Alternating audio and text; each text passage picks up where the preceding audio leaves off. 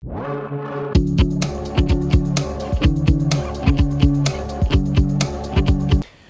previews du top 14, chaque jour on vous présente une équipe du championnat pendant 2 semaines jusqu'à la reprise. Aujourd'hui on parle de Pau avec moi Nicolas Hugo qui suit le club. Bonjour. Comment ça va? Ça va très bien, parfait. Alors, Prêt pour la reprise. Comment tu sens ces Palois pour cette reprise justement?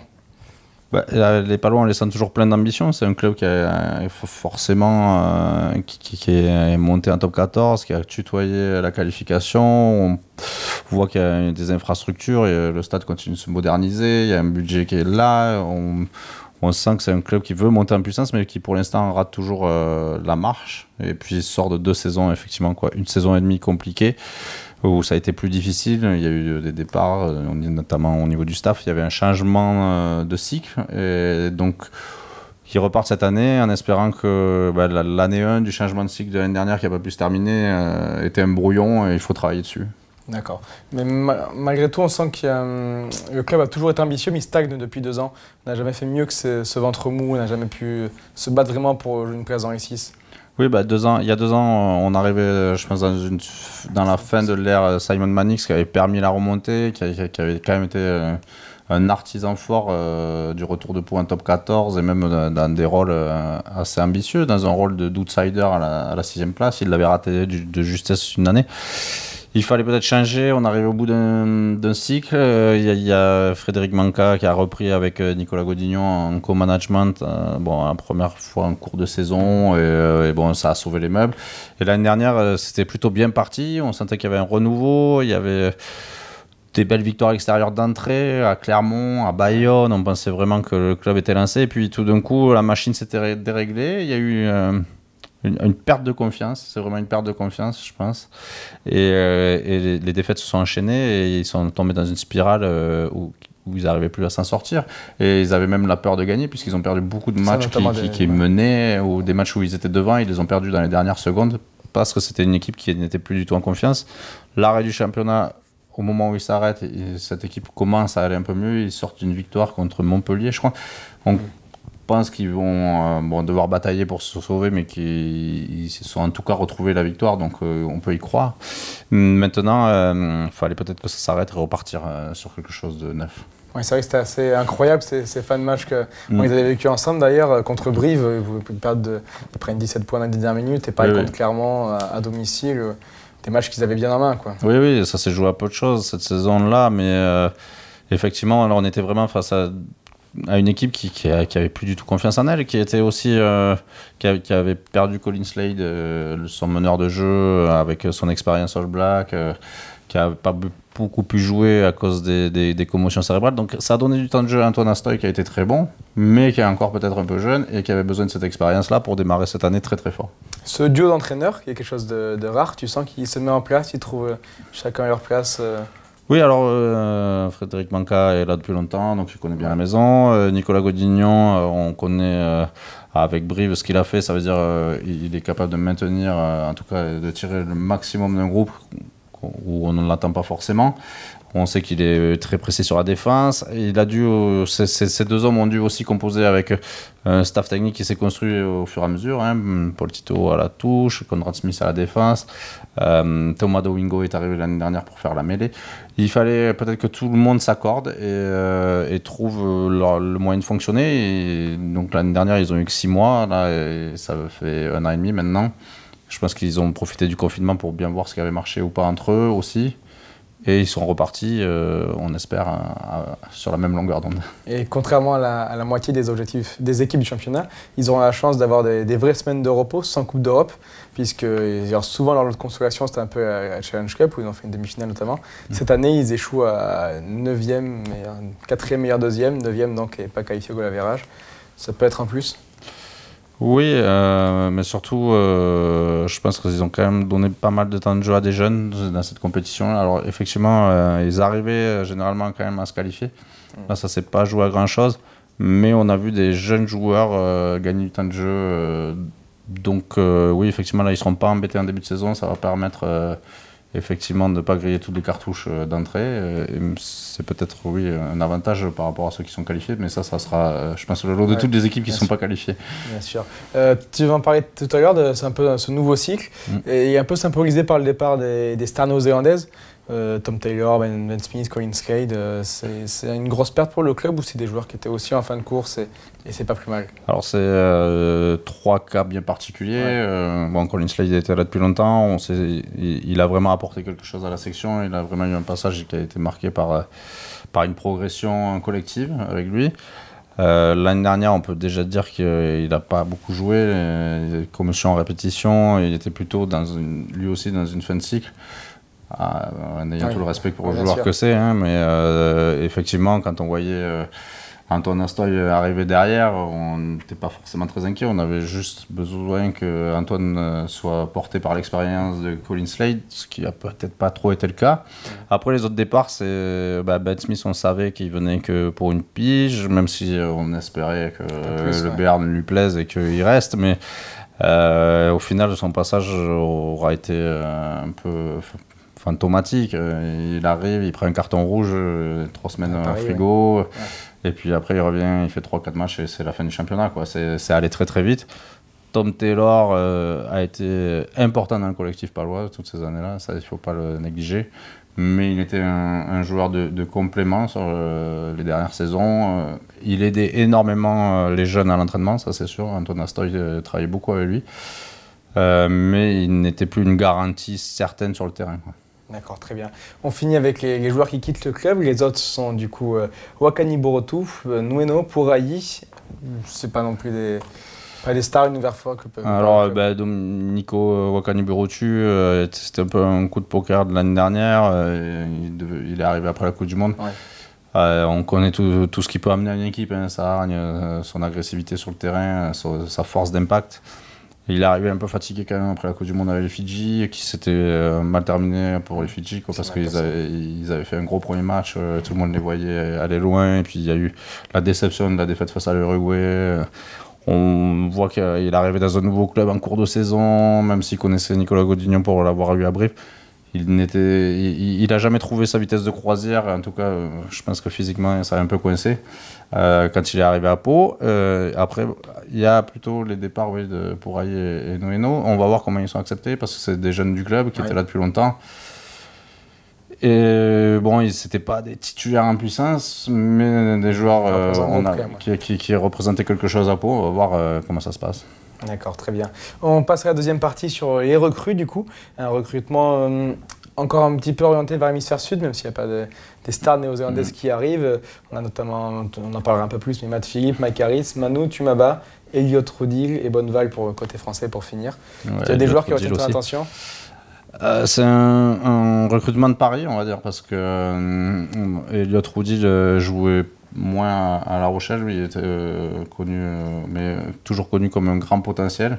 Il a fait un premier match amical à Lourdes convaincant, hein, au poste de centre, mais il n'a pas encore eu une grande saison à 15 et on l'espère qu'il le fera à Pau. On a l'impression que le club l'a pris pour vraiment s'installer, faire un titulaire. Ah oui, ils attendent vraiment de lui qu'il s'impose, qu'il tourne vraiment dans la rotation au niveau des centres, parce que il y a toujours le cas d'Alexandre Dumoulin qui ne s'est pas imposé depuis son arrivée et dont on attend beaucoup aussi, mais c'est pour lui mettre une petite concurrence. Il est plus jeune, Elliot, et on a vu quand même qu'il pouvait apporter vraiment beaucoup au centre. Après, c'est un pari aussi avec Hugo Bonneval à l'arrière, qui revient de blessure, qui s'est fait une grave blessure, qui avait trouvé un temps de jeu à Toulon. Hein. C'était pas facile quand il était arrivé, puis il est stoppé l'année dernière par une blessure. Ça fait longtemps qu'il n'a pas rejoué, là. Il n'a pas rejoué en 2020, je pense. Et donc, c'est aussi un pari qui va concurrencer Charlie Mallier au poste d'arrière. Et surtout un double pari parce que la saison a commencé avec une nouvelle blessure pour Jesse Mogg au poste d'arrière. Donc, il faut que Hugo Bonneval soit performant là, pour la section paloise. Et après, c'est d'autres paris. Mike Harris a pu jouer à 15 depuis un moment aussi, puisqu'il était au Japon et il n'y a pas eu de championnat. Donc ça fait plus d'un an sans jouer à 15. On connaît le championnat un petit peu. Son avantage, c'est de connaître le top 14, d'avoir déjà joué en France. Il ne va pas être trop dépaysé. Il faut quand même qu'il se remette à jouer au rugby à 15. Là, il va certainement faire enfin son entrée dans le groupe lors du dernier match de préparation face à Castres. Mike Harris, il est là aussi pour avoir le rôle de Tom Taylor un peu l'année dernière auprès d'Antoine Astoy. Je crois que vraiment le club mise sur Antoine Astoy à l'ouverture. Et bon, Mike Harris est là pour l'accompagner, pour peut-être gérer justement les fins de match encore au couteau. Donc c'est quand même un pari. Après, en pari, on a Tui Maba, l'ailier fidjien, qui est une star à 7, oui. Mais donc il découvre vraiment le 15. Donc on ne sait pas non plus, on sait qu'il y a des setistes qui passent. C'est un peu tout ou rien souvent avec les setistes. Voilà, il y en a qui sont très très bons, qui sont des stars, et d'autres qui ont plus de peine à rester dans un cadre bien défini, notamment défensif. Ouais. Bon, Touimaba, il a joué une mi-temps, notamment à Lourdes contre Bayonne, il a marqué un essai. Donc ça offensivement, on a peu de doutes. Va-t-il rester dans le cadre, et dans ce que veut le club et les entraîneurs? C'est un risque à prendre, c'est un pari aussi. Et voilà. Mais qui peut être une très très bonne surprise. Après, les deux autres recrues, c'est un peu le mystère. Le flou, oui. Le Saint-Samoa Manu, qui a fini le championnat néo-zélandais, qui disputait avec les Chiefs. Il a très peu joué, 2 bouts de match pendant ce championnat entre les provinces néo-zélandaises. Ouais. Et puis depuis, il n'est pas arrivé, donc on l'attend toujours du côté du centre Macron à Pau. Et puis Matt Philippe, lui, alors par contre... encore plus fou. C'est pas encore plus fou, ça a l'air, là pour le coup, on est plus sûr de la qualité du garçon. Je pense qu'en début de championnat australien, les dirigeants palois pouvaient se frotter les mains parce qu'il a enchaîné les titularisations avec les Rebels, il a été très très très bon. On s'est dit que la section avait fait un super coup sur le marché des transferts en recrutant ce deuxième ligne australien. Et puis, il a tellement été bon qu'il est appelé avec les Wallabies pour la tournée de novembre. Plus que la tournée de novembre, ça va être normalement une compétition sur 8 semaines, du 18 octobre, si je ne me trompe pas, au 13 décembre. Donc, en fait, ça veut dire qu'on ne compte plus sur lui à Pau avant janvier. L'année prochaine. Avant le mois de janvier. Donc, le club, avec la blessure de Daniel Rasset en deuxième ligne, est déjà en train de chercher une deuxième ligne, un joker. Donc on passe à la troisième partie pour clore celle-ci sur le recrutement.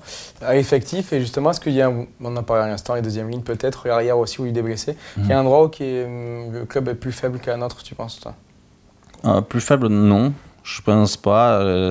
Début de saison, effectivement, en deuxième ligne, va être un peu difficile puisque Ramsey blessé, Matt Philippe absent, effectivement il reste Delannoy, et Fabrice Mess qui est vraiment une référence, qui a enchaîné tous les matchs je crois l'année dernière, qui est vraiment un très bon joueur. Il y a Pesanti qui peut monter à ce poste-là, mais même si c'est plus un troisième ligne.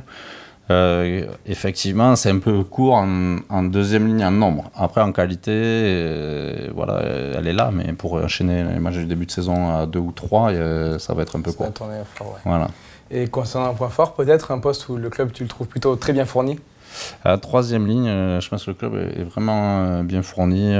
Martin Puech notamment. Martin Puech, quand même, l'année dernière, a fait une saison exceptionnelle. Ça doit être le meilleur plaqueur du championnat, si je me souviens bien. Il y a Luc Whitelock qui est toujours là en troisième ligne. Il y a Giovanni Abel-Kufner qui vient de re-signer pour 2 ans et vraiment qui a fait une préparation très intéressante. Et puis il y a Tagita Givalou qui s'était quand même pas mal blessé l'année dernière, mais qui, quand il joue, ça se voit, quoi.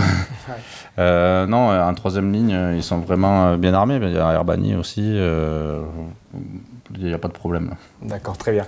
On passe rapidement sur le 15 type du club. Je les cite juste, ces joueurs qu'on avait fait il y a quelques semaines dans la saga d'été. Donc la première ligne qui se dessinait, c'était Fissioy, Lespiot-Brett, Adrianse. Deuxième ligne, Philippe Metz. Troisième ligne, on les a dit Puech, Tagita Givalou et Whitelock. La charnière Dobagna Astoy, aux ailes Votou et Tumaba, au centre Vatubua et Rodig, à l'arrière Mallier. Si on enlève ces joueurs-là, est-ce qu'il y a pour toi un joueur qui pourrait être la bonne surprise cette saison dans l'effectif palois? On va toujours croire à Alexandre Dumoulin, qui est quand même international et franchement qui a du rugby, qui peut être le lion dans cette équipe-là. qui des fois peut-être se perd un peu sur le 3e, 4e temps de jeu, on ne sait plus trop où ça va. Et là, je pense que c'est Alexandre Dumoulin d'être le patron et d'indiquer la marche à suivre, quoi, d'amener tout le monde avec lui.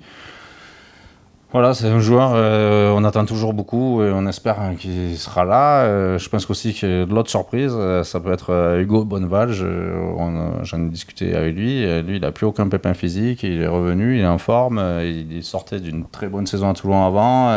Il s'est fait arrêter par blessure et malheureusement, ça arrivait à sa fin de contrat. Il n'a pas forcément intéressé beaucoup de clubs et Pau l'a pris. Et je pense que ça peut être une bonne surprise. D'accord. Et un joueur dont on parle forcément qui est dans ce 15, c'est l'ouvreur Antonin Stoy. Il est un peu porteur de tous les espoirs de la ville, quoi.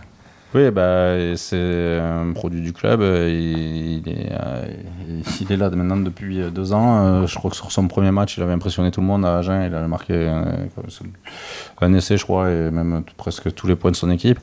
Il avait démontré qu'il avait un talent fou. C'est surtout sa vitesse qui en fait un redoutable attaquant. Il va vraiment très très vite. Je pense qu'on peut le mettre à côté d'un ailier, ça se voit pas.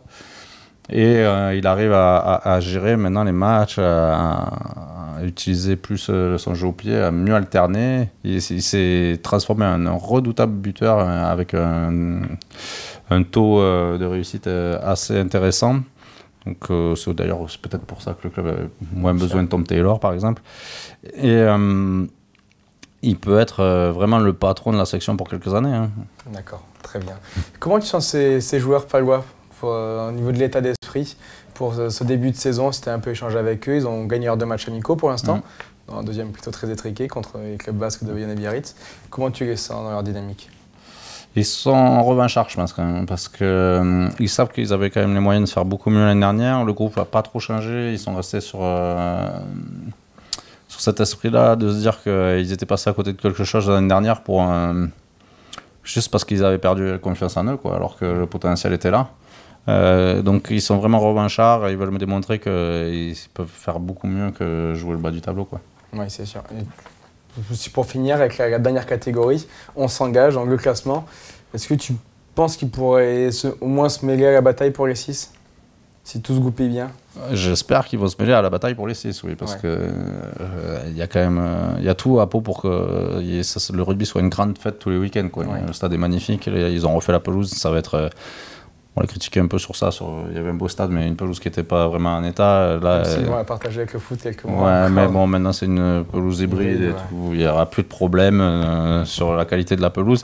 Donc il y a un public qui est fidèle, qui est souvent au rendez-vous. Je crois qu'ils font quand même plus de 12 000 de moyenne l'année dernière. Donc il y a vraiment tout pour que ça soit une super fête, le rugby à Pau. Il y a des super joueurs, parce qu'on n'en a pas parlé, mais Vautoux, c'est quand même une super machine sur le terrain. Il y a vraiment des beaux joueurs, d'autres qui mouillent le maillot, qui représentent un rugby plus à l'ancienne, comme Martin Puech. Mais il y a un vrai attachement, c'est des joueurs sympas, donc on a vraiment envie que ça marche, quoi. Et je pense que tout va dépendre du début de saison. S'ils arrivent à avoir une hausse de confiance en eux, à y croire en ce qu'ils peuvent faire. Une petite victoire à l'extérieur dans les 3 premières journées, là, ça pourrait lancer la machine.